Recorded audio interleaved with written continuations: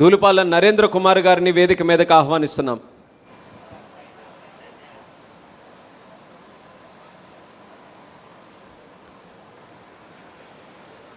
మహానాడు సందర్భంగా మన ఆరాధ్య దైవం స్వర్గీయ ఎన్టీ రామారావు గారికి నివాళులు అర్పిస్తూ అన్నదాతకు అండగానే తీర్మానాన్ని ప్రవేశపెట్టే అవకాశం నాకు ఇచ్చిన జాతీయ అధ్యక్షులు శ్రీ నారా చంద్రబాబు నాయుడు గారు, వర్కింగ్ ప్రెసిడెంట్ శ్రీ నారా లోకేష్ గారు, పొలిట్ బ్యూరో సభ్యులకి అందరికీ పేరు పేరున హృదయపూర్వకమైన నమస్కారాలు తెలియజేస్తా ఉన్నా.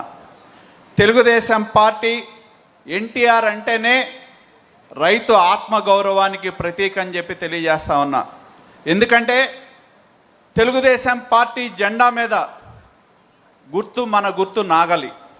ఈ నాగలి గుర్తుని తెలుగుదేశం జెండాలో పెట్టి తెలుగుదేశం పార్టీ రైతు ఆత్మ గౌరవానికి ప్రతీకగా నిలిచిందని చెప్పి నేను ఈ వేదిక మీదుగా తెలియజేస్తా ఉన్నా. అదేవిధంగా ఇవాళ తరాల తరబడి నిర్లక్ష్యానికి గురైన సాగునీటి రంగాన్ని, వ్యవసాయాన్ని, రైతాంగాన్ని మళ్ళీ జీవం పోసింది మన తెలుగుదేశం పార్టీ ప్రభుత్వం, మన నాయకుడు ఎన్టీ రామారావు గారు, అలాగే మన నాయకుడు చంద్రబాబు నాయుడు గారు అని చెప్పి కూడా నేను తెలియజేస్తా ఉన్నా. అదేవిధంగా ఇవాళ రైతుకు కావాల్సింది భూమి కావాలి, నీరు కావాలి, విత్తనం కావాలి, పెట్టుబడి సాయం కావాలి, గిట్టుబాటు ధరలు కావాలి. ఇవన్నీ ఉంటేనే మరి సరైన సమయానికి ఇవన్నీ రైతుకు అందితే రైతు తన జీవనాన్ని కొనసాగించడానికి ఉపయోగపడుతుందని చెప్పి కూడా నేను తెలియజేస్తా ఉన్నా. అదేవిధంగా ఇవాళ ఒక్కసారి గుర్తుంచుకోవాలి, తెలుగుదేశం పార్టీ పెట్టిన తర్వాత ఎన్టీ రామారావు గారు ముఖ్యమంత్రి అయిన తర్వాత తొలిసారిగా ఈ రాష్ట్రంలో రైతాంగానికి సంబంధించిన ఎన్నో అంశాల్లో విప్లవాత్మకమైన నిర్ణయాలు తెలుగుదేశం ప్రభుత్వం తీసుకోవడం జరిగిందని చెప్పి గుర్తుంచుకోవాలి. 50 రూపాయలకే హార్స్ పవర్ ఇవ్వడం జరిగింది ఆనాడు. అదేవిధంగా రైతుకు కావాల్సిన అన్ని అవసరాలు ఇచ్చే విధంగా, ముఖ్యంగా కరువు ప్రాంతమైన రాయలసీమ, నెల్లూరు ప్రాంతాల్లో ఉన్న కరువు ప్రాంతాలకి నీరు తరలించే విధంగా ఆనాడు హంద్రీనీవా, గాలేరు నగరి, తెలుగు గంగా ప్రాజెక్టులకి నాంది పలికిన అపర భగీధరుడు స్వర్గీయ ఎన్టీ రామారావు గారు. పార్టీ మన పార్టీ అని గుర్తుంచుకోవాలని చెప్పి కూడా నేను తెలియజేస్తా ఉన్నా. అదేవిధంగా ఇవాళ రాయలసీమ ప్రాంతాల్లో కరువు పోయే విధంగా సాగునీటి ప్రాజెక్టులకి అత్యధిక ప్రాధాన్యత మన ప్రభుత్వం, మన నాయకుడు కూడా ఇవ్వడం జరిగింది. తెలుగు గంగ మనం చూసాం, చెన్నైకి మంచినీటి ఇచ్చే విధంగా మరి రాయలసీమలో ఉన్న లక్షలాది ఎకరాలకి, గ్రామాలకి తాగునీరు ఇచ్చే విధంగా ఆ ప్రాజెక్ట్ని ఆనాటి ప్రధానమంత్రి అయిన ఇందిరాగాంధీని, తమిళనాడు ముఖ్యమంత్రి అయిన ఎంజీఆర్ని తీసుకొచ్చి శంకుస్థాపన చేసిన ఘన చరిత్ర మన స్వర్గీయ ఎన్టీ రామారావు గారిది.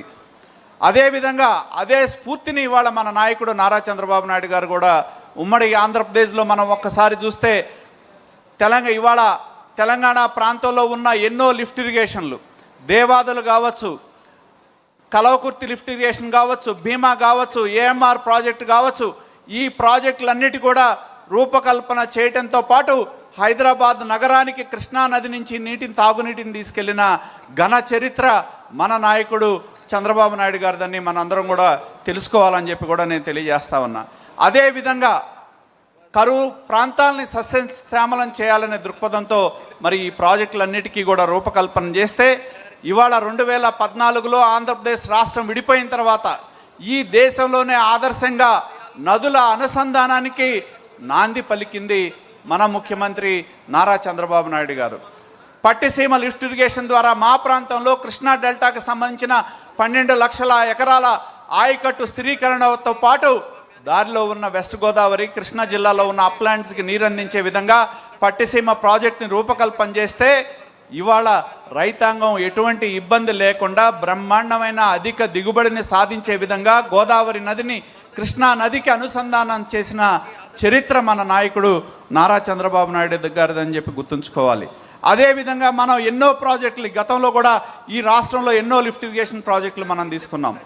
ఎన్నో ఇరిగేషన్ ప్రాజెక్టులకి మనం ప్రాధాన్యత ఇవ్వటం జరిగింది. ముఖ్యంగా రాయలసీమ ప్రాంతంలో ఉన్న అనంతపూర్ లాంటి ప్రాంతాలకు వెళ్తే ఇవాళ ఆ ప్రాంతంలో హార్టికల్చర్లో అత్యధికంగా దిగుబడి సాధిస్తూ ఉన్నారు అంటే దానికి ప్రధానమైన కారణం మన నాయకుడు నారా చంద్రబాబు నాయుడు గారు. ఎక్కడ మరి గాలేరు నగరి ప్రాజెక్ట్ని, హంద్రీనివా ప్రాజెక్టుని పూర్తి చేయడంతో పాటు ఇవాళ ఆ ప్రాజెక్టుల ద్వారా నీటిని తీసుకెళ్లిన చరిత్ర మనది అనేది గుర్తుంచుకోవాలి. అదేవిధంగా గత 5 సంవత్సరాల కాలంలో సాగునీటి రంగానికి తీవ్రమైన నిర్లక్ష్యం చేసిన పరిస్థితి గత ప్రభుత్వంలో మనం చూడటం జరిగింది. రాష్ట్ర వైకాపా ప్రభుత్వం ఏదైతే మన యువ నాయకుడు చెప్తున్నట్టు గొడ్డల పార్టీ అధికారంలోకి వచ్చిన తర్వాత రైతు ప్రాధాన్యత తగ్గింది. రైతు మరి ఆత్మహత్యల్లో ఆంధ్రప్రదేశ్ 2వ స్థానంలో ఉందనేది గుర్తుంచుకోవాలి. ఎవరైతే కౌలు రైతులు ఉన్నారో వాళ్ళు ఆత్మహత్యల్లో దేశంలోనే 2వ స్థానం మనం ఉంటే, మరి దేశంలో అత్యధిక రుణభారం ఉన్న రైతు ఎవరు అంటే ఆంధ్రప్రదేశ్ని ఇవాళ గత ప్రభుత్వం యొక్క పాలకుల నిర్లక్ష్యం వల్ల మరి ఆంధ్రప్రదేశ్ యొక్క రైతు పరిస్థితి దిగజారిందని చెప్పి కూడా నేను తెలియజేస్తా ఉన్నా. అదేవిధంగా రైతు పంట నష్టపోయాడు. రైతుకి నష్టం జరిగితే ఆదుకునే పరిస్థితి లేదు. సాగునీటి ప్రాజెక్టులు నిలిచిపోయినాయి. రివర్స్ టెండరింగ్ ద్వారా పోలవరం ప్రాజెక్ట్ని ఏ విధంగా విధ్వంసం చేశారో మనం చూడటం జరిగిందని చెప్పి తెలియజేస్తా ఉన్నా. రాయలసీమ ప్రాంతంలో నీళ్లు లేక పంటలు ఎండిపోయిన పరిస్థితి గత ప్రభుత్వాల కాలంలో మనం చూసాం. మళ్ళీ అవన్నీ కూడా జీవం పోసుకున్నాయి అంటే మరి మనం మళ్ళీ అధికారంలోకి వచ్చిన తర్వాత ఈ 23 నెలల కాలంలో మనం సాగునీటి ప్రాజెక్టులకు ఎంతో ప్రాధాన్యత ఇవ్వటం మూలన 2014-19 కాలంలో 69,000 కోట్లు ఈ రాష్ట్రంలో సాగునీటి రంగం మీద మనం ఖర్చు పెడితే గత ప్రభుత్వం 30,000 కోట్లకు మించి ఖర్చు పెట్టాల. మళ్ళీ మనం అధికారంలోకి వచ్చిన తర్వాత ఈ 23 నెలల కాలంలో 23,000 కోట్ల రూపాయలు సాగునీటి ప్రాజెక్టులో ఖర్చు పెట్టి ఇవాళ పోలవరం ప్రాజెక్టులో మొన్నే మనం చూసాం R&R కింద 2,500 కోట్ల రూపాయల R&R ప్రాజెక్ట్ కింద ఇచ్చిన చరిత్ర తెలుగుదేశం ప్రభుత్వాన్ని మన నాయకుడు నారా చంద్రబాబు నాయుడు గారు దాన్ని గుర్తుంచుకోవాలని చెప్పి తెలియజేస్తా ఉన్నా. గతంలో మనం చూసాం ఉమ్మడి ప్రకాశం జిల్లాలోని వెలుగొండ ప్రాజెక్టులు పనులు పూర్తి కాకుండానే జాతికి అంకితం చేసిన పరిస్థితి. ఇవాళ ఈ ప్రభుత్వం వచ్చిన తర్వాత R&R ప్రాజెక్టు కింద ఇవ్వాల్సిన డబ్బులు ఇవ్వడంతో పాటు వెలుగొండ ప్రాజెక్ట్ని రాబోయే 2 సంవత్సరాల కాలంలో పూర్తి చేసి ఆ జిల్లాలో సస్యశ్యామలం చేసే విధంగా ఈనాడు మన ముఖ్యమంత్రి గారు ఎంతో ప్రాధాన్యత ఇవ్వటం జరుగుతూ ఉంది.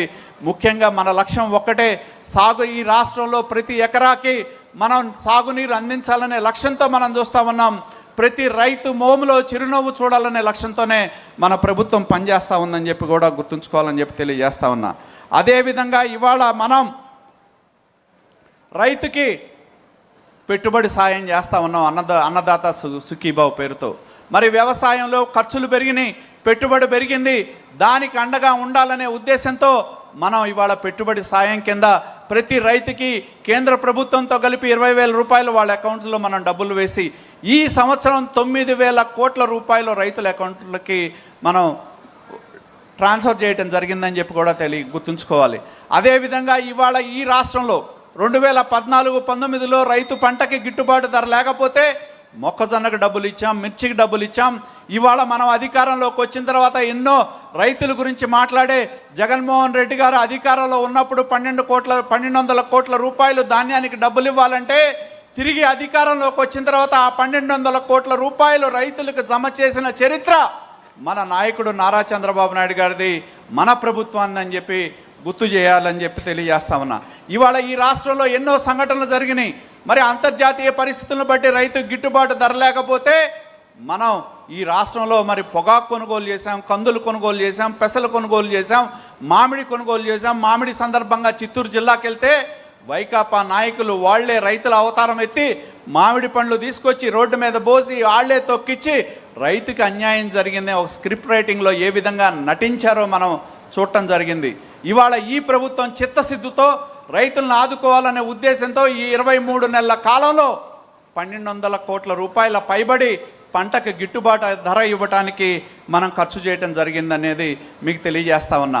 అలాగే ఈ రాష్ట్రంలో గత 5 సంవత్సరాల్లో ఆక్వా కోసం రైతులు పోరాటం చేశారు. వాళ్ళకి ఏదైతే యూనిట్ ధర తగ్గించమంటే గత ప్రభుత్వం పట్టించుకోవాలా. ఎన్నికల సందర్భంగా ఆ సమస్యని మన నాయకుడు దృష్టికి తీసుకొచ్చినప్పుడు దాన్ని ఇవాళ ₹50 తీసుకొచ్చిన ఘన చరిత్ర మన నాయకుడు చంద్రబాబు నాయుడు గారిది, మన ప్రభుత్వాన్ని అని చెప్పి కూడా తెలియజేస్తా ఉన్నా. అదేవిధంగా ఇవాళ వ్యవసాయంలో సాంకేతిక విప్లవం వస్తూ ఉంది. ఆధునికమైన యంత్ర పరికరాలు వినియోగించుకునే విధంగా మళ్ళీ వాటికి మనం ప్రాధాన్యత ఇచ్చి క్లస్టర్ హైరింగ్ కావచ్చు, మరి లోకేష్ గారి నేతృత్వంలోనే ఐటీని అనుసంధానం చేసి డిజిటల్ టెక్నాలజీని ఆధునిక వ్యవసాయానికి మనం అనుసంధానం చేసే విధంగా ముందుకు వెళ్తా ఉన్నామని చెప్పి కూడా తెలియజేస్తా ఉన్నా. అదేవిధంగా మొన్నే మనం చూసాం, బడ్జెట్లో ఒక చారిత్రాత్మకమైన నిర్ణయాన్ని ఈ ప్రభుత్వం తీసుకుంది.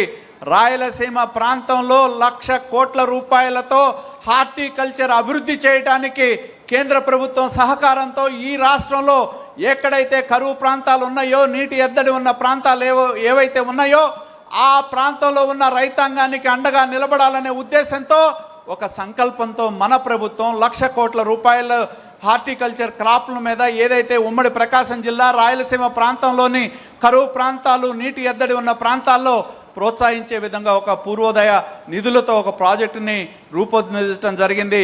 ఖచ్చితంగా ఈ ప్రాజెక్టు ద్వారా ఆ ప్రాంతంలో ఉన్న రైతాంగం యొక్క జీవన స్థితిగతులు మారతాయి అనేది గుర్తుంచుకోవాలని తెలియజేస్తా ఉన్నా.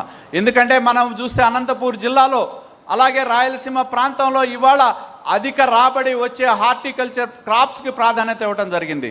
గతంలో మనం హార్టికల్చర్ సబ్సిడీ ఇవ్వటం మూలన ఆ ప్రాంతంలో హార్టికల్చర్ క్రాప్స్కి వెళ్ళి మరి ఇవాళ పామోగ్రానైట్ లాంటి పంటల ద్వారా అధిక ఆదాయం ఏ విధంగా అనంతపూర్ జిల్లాలో పలు ప్రాంతాల్లో పొందారో మనం గుర్తుంచుకోవాలి.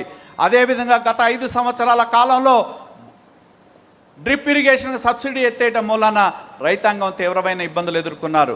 మళ్ళీ మన ప్రభుత్వం వచ్చిన తర్వాత ఇవ్వటం మూలానే మళ్ళీ ఇవాళ ఆ ప్రాంతంలో ఈ ప్రాజెక్టు ద్వారా మరి వేలాది మంది రైతుల యొక్క మోముల్లో చిరునవ్వు నిండాలి అనేది మన నాయకుడి యొక్క సంకల్పం. మన ప్రభుత్వం యొక్క రైతు బాగుండాలి, రైతు బాగుంటూనే రాష్ట్రం బాగుంటుంది, ప్రతి ఎకరాకి నీరు అందించాలనే లక్ష్యంతో ఏదైతే ఇవాళ మన ప్రభుత్వం, మన ముఖ్యమంత్రి నారా చంద్రబాబు నాయుడు గారి యొక్క నేతృత్వంలో ఇటువంటి విప్లవాత్మకమైన నిర్ణయాలు ఏవైతే చేశారో ఖచ్చితంగా రేపు రాబోయే రోజుల్లో వాటి యొక్క ఫలితాలు రైతాంగానికి అందుతాయి. రైతులు సంతోషంగా ఈ రాష్ట్రంలో ఉండే విధంగా ఈ నిర్ణయాలు ఉపయోగపడతాయని చెప్పి తెలియజేస్తూ నాకు అవకాశం ఇచ్చినందుకు ధన్యవాదాలు తెలియజేస్తూ సెలవు తీసుకుంటా ఉన్నా. Thank you.